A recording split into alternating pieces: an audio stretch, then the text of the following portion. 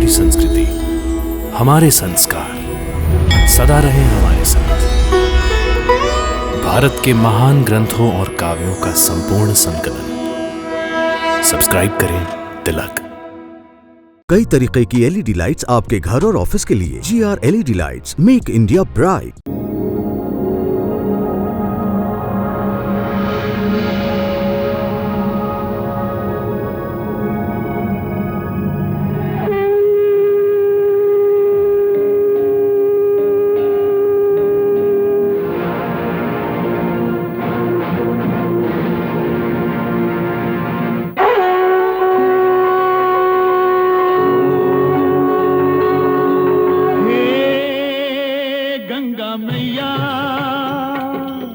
तेरी शरण में जो भी प्राणी आया उसका बेड़ा पार लगाया। गंगा मैया, गंगा मैया, हे गंगा मैया, हर हर गंगे, जय जय जय हर हर गंगे।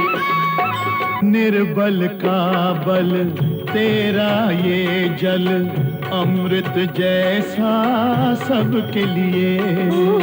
इसमें नहा के तन निर्मल हो, मन पावन हो जो इसको पिए। डूबे कभी ना उस प्राणी की नैया, जिसकी तू बन जाए खिवैया। गंगा मैया, तेरी जय हो जय हो जय हो गंगा मैया। जय जय गंगे, जय जय जय हर हर गंगे, हर हर गंगे, जय जय जय हर हर गंगे मैया, हर हर गंगे, जय जय जय गंगा मैया। तारकाक्ष, आज्ञा पिताश्री। कार्तिकेय को अपने पेट से बाहर निकालो। जो आज्ञा।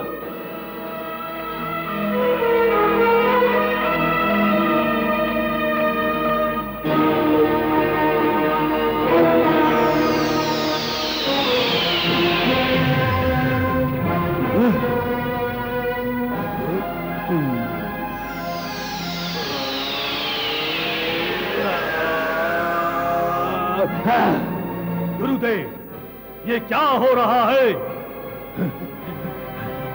गंगे!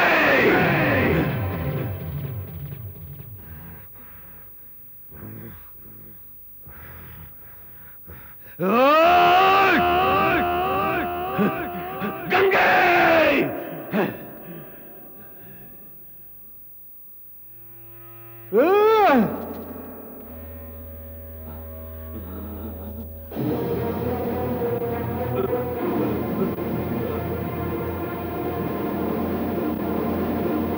तारकाक्ष, शिवपुत्र को बाहर निकालो, बाहर निकालो उसे।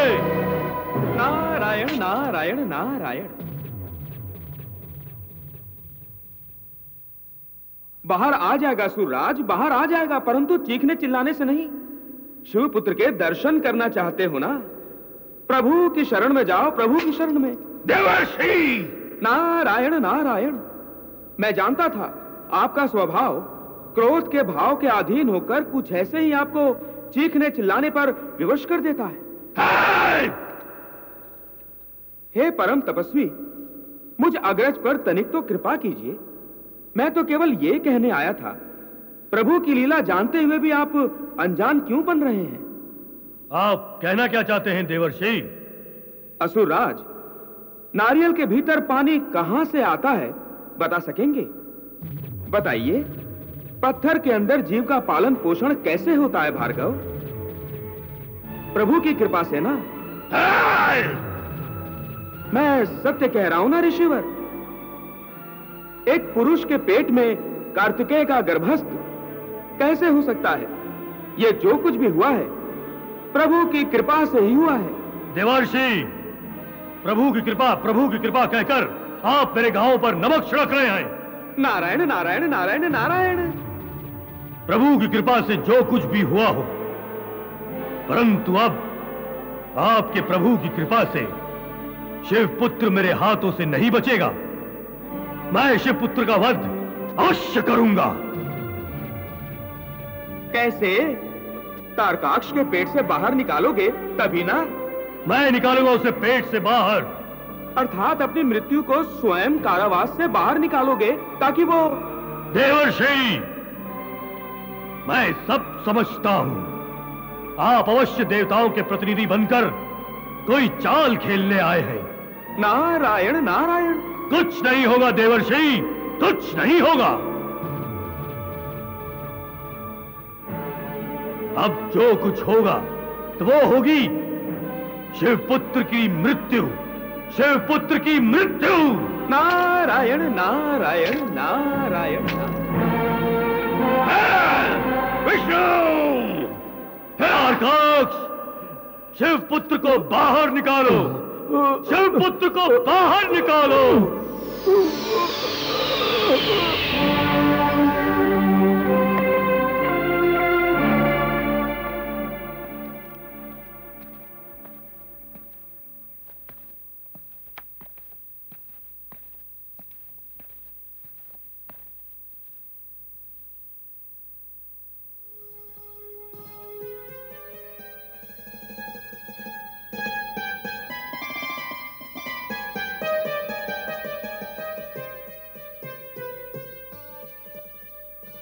आपकी यात्रा सफल हुई, आपका मनोरथ पूरा हुआ और आपने पिताश्री को दिया हुआ वचन पूरा करके आपने अपनी सहभागिनी और सहचारिणी को जो यश और कीर्ति प्रदान की है, उसके लिए मैं सदा आपकी कृतज्ञ रहूंगी।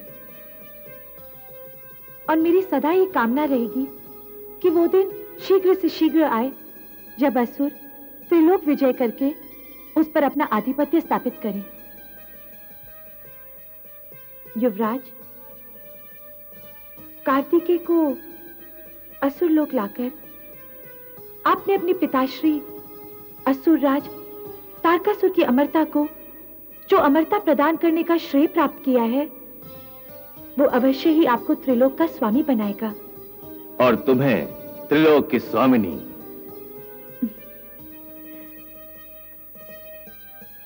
मुझे आप पर गर्व है स्वामी। जो कार्य युवराज विशालाक्ष और विद्युन्माली न कर सके, स्वयं असुरराज न कर सके, वो आपने कर दिखाया। ये सब महादेव की कृपा है सुरुचि, उनके दिए वरदान का फल है। अन्यथा सुरगंगा में जाना ही कठिन है। वहां जाकर गंगा मैया से कार्तिकेय को ले आना, वो भी गंगा मैया की आंखों के सामने, ये तो असंभव है, असंभव। और आपने असंभव को संभव कर दिया। आप सचमुच बधाई की पात्र हैं स्वामी। मेरी बधाई तो मेरी आंखों के सामने है।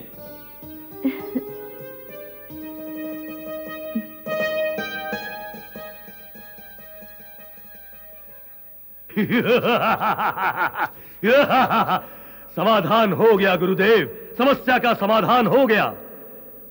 तारकाक्ष का तो कुछ भी कर लो, शस्त्र से घात दो अथवा पर्वत से नीचे फेंक दो, विष दे दो अथवा उसका गला दबा दो, उसकी मृत्यु हो ही नहीं सकती।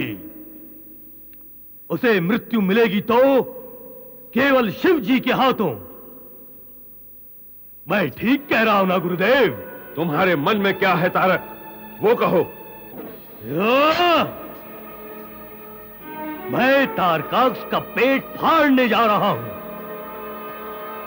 उसके पेट में मेरी मृत्यु विश्राम कर रही है। मैं उसे अंतिम नींद सुला देता हूं।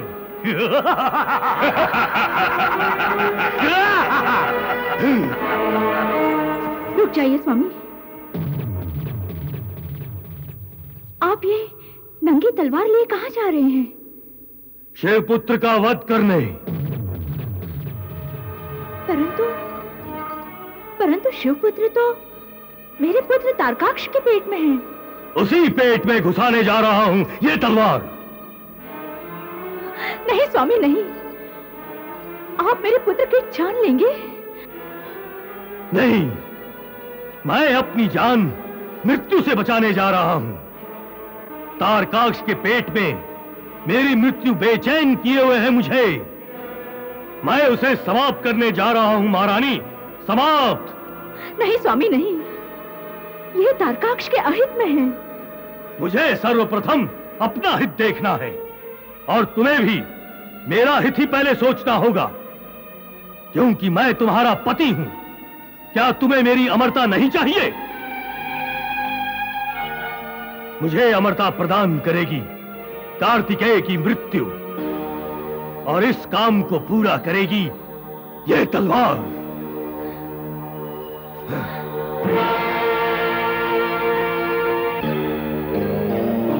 नहीं स्वामी नहीं। महादेव, भोलेनाथ, हे देवाधिदेव, हे त्रिशूलधारी, अपनी आंखें खोलिए प्रभु। जागिए, अपनी तपस्या से जागिए प्रभु।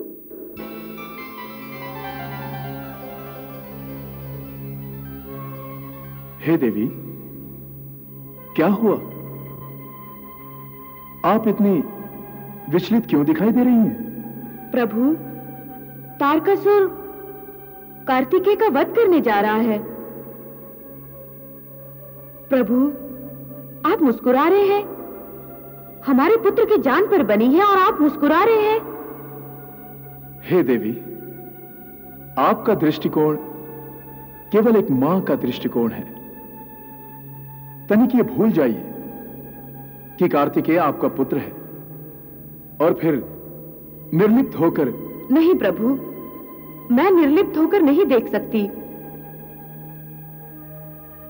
आप तो योगी हैं, आसक्ति निरासक्ति से परे हैं।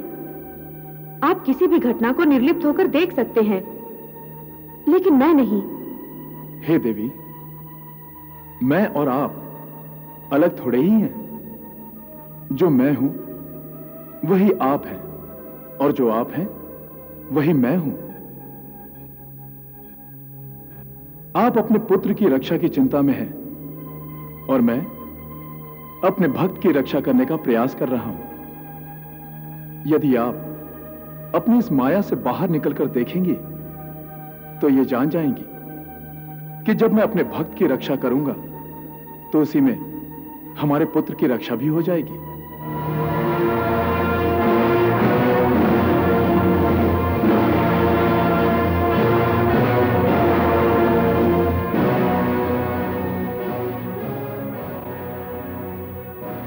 पिताश्री, आपके हाथ में नंगी तलवार?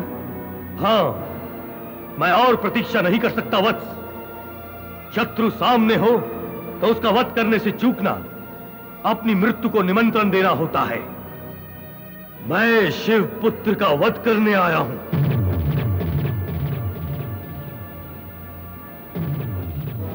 परंतु कैसे? हाँ, शिव पुत्र तो इनके पेट के अंदर है। मुझे तारकाक्ष का पेट चीरना होगा। नहीं स्वामी नहीं, आप ऐसा नहीं कर सकते। अपने पुत्र का पेट काटेंगे आप? तारकाक्ष को कोई हानि नहीं होगी, उसकी मृत्यु नहीं हो सकती। और हमें शिव पुत्र की मृत्यु चाहिए, तभी तो पिताश्री अमर होंगे।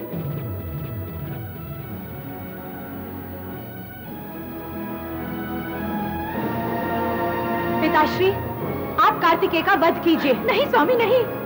असुरराज, तलवार चलाओ, चलाओ तलवार।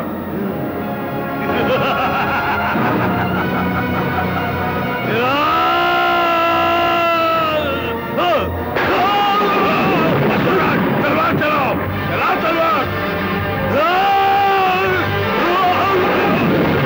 चलाओ तलवार।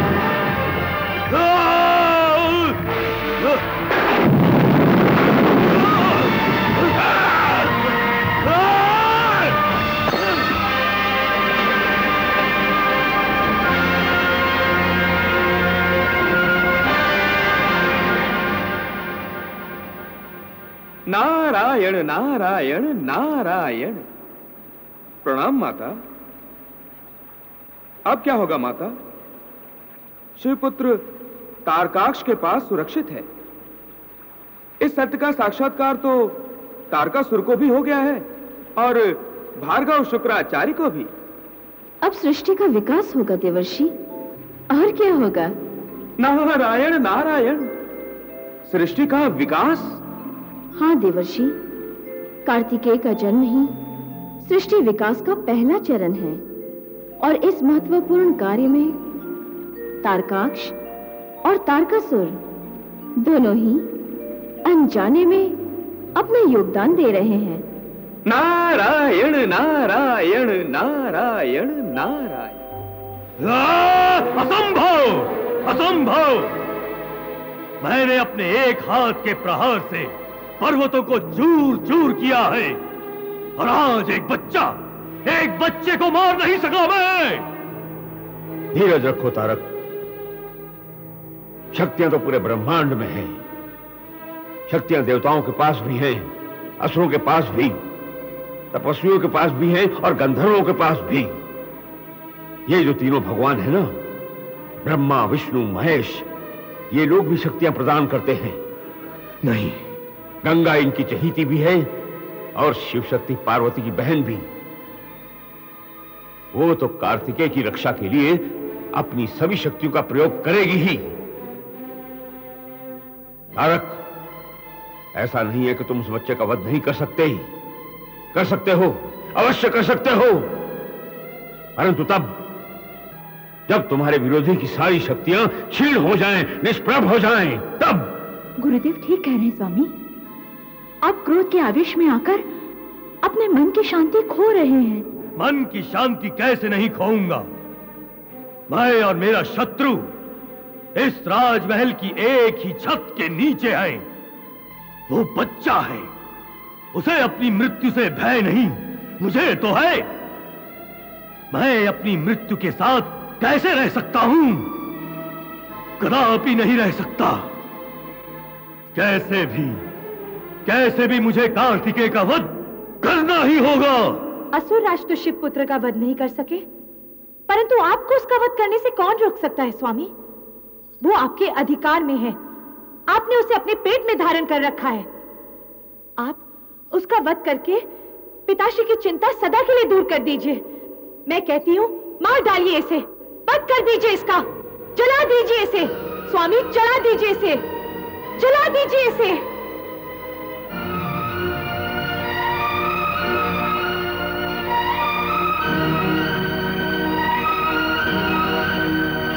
जला दीजिए इसे।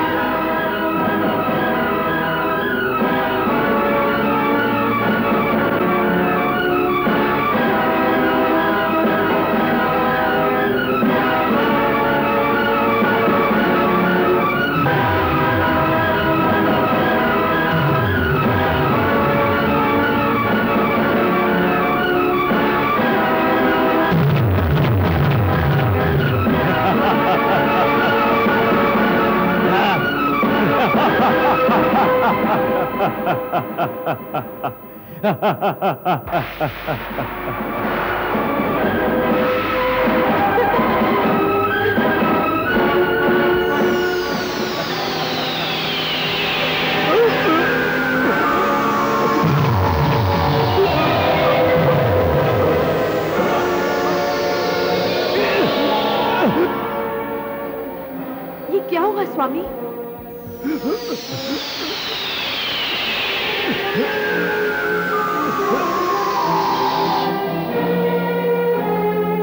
परंतु हम उस असुर शत्रु को नष्ट करके ही रहेंगे। कैसे? विष का उत्तर विष ही है स्वामी। आप विष पी लीजिए। विष के प्रभाव से शिव पुत्र बच नहीं सकता और असुर राज सदा के लिए मृत्यु के भय से मुक्त हो जाएंगे। तुम ठीक कह रही सुरुचि। राजवैद्य से विष मंगवाए जाए। मैं क्या करूं गंगा मैया? कैसे रोकूं अपने स्वामी को? ये कैसे विचित्र घड़ी आई है कि पिता ही अपने पुत्र के प्राणों का शत्रु बन गया है।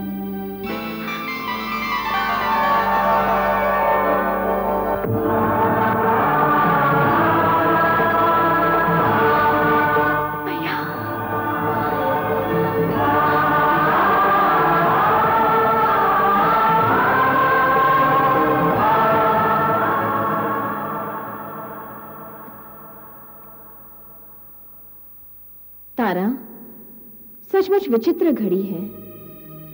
उधर पत्नी अपने पति के प्राणों की शत्रु बनने जा रही है। ये आप क्या कह रही हैं मैया? हाँ तारा, काल की गति विचित्र है। जो सुरुचि अपने पति तारकाक्ष को अपने प्राणों से भी अधिक प्रेम करती है, वही सुरुचि आज तारकाक्ष की जान ले रही है। नहीं, ऐसा नहीं हो सकता मैया। ऐसा ही हो रहा है तारा। शिव पुत्र का विनाश करने के लिए सुरुचि तारकाक्ष को भयंकर विष पिलाने जा रही है। नहीं, तारकाक्ष को महादेव शिव से अवश्य अभय प्राप्त है, किंतु विष तो विष है, और विष के दुष्परिणामों से तो तारकाक्ष को अभय प्राप्त नहीं है ना। मैं क्या करूं गंगा मैया? मेरी मानो तो कार्तिकेय को नष्ट करने के सारे प्रयास रोक दो, क्योंकि कार्तिकेय नष्ट होने वाला नहीं है। जो होना है वो होकर रहेगा। मृत्यु को आज तक ना कोई जीत पाया है और ना ही जीत पाएगा। मृत्यु इस सृष्टि का अंतिम सत्य है। इसे स्वीकार करो और प्रभु की शरण में जाओ। इसी में सबकी भलाई है।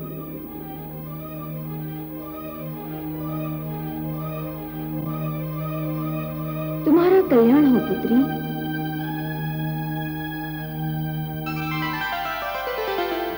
आइए राजवैद्य जी, प्रणाम। प्रणाम। यशस्वी भव, सौभाग्यवती भव। ये अत्यंत भयंकर विष है युवराज। होठों को छूते ही प्राण हर लेगा। इसका प्रयोग सोच समझकर ही कीजिएगा। लीजिए। धन्यवाद राजवैद्य जी। प्रणाम।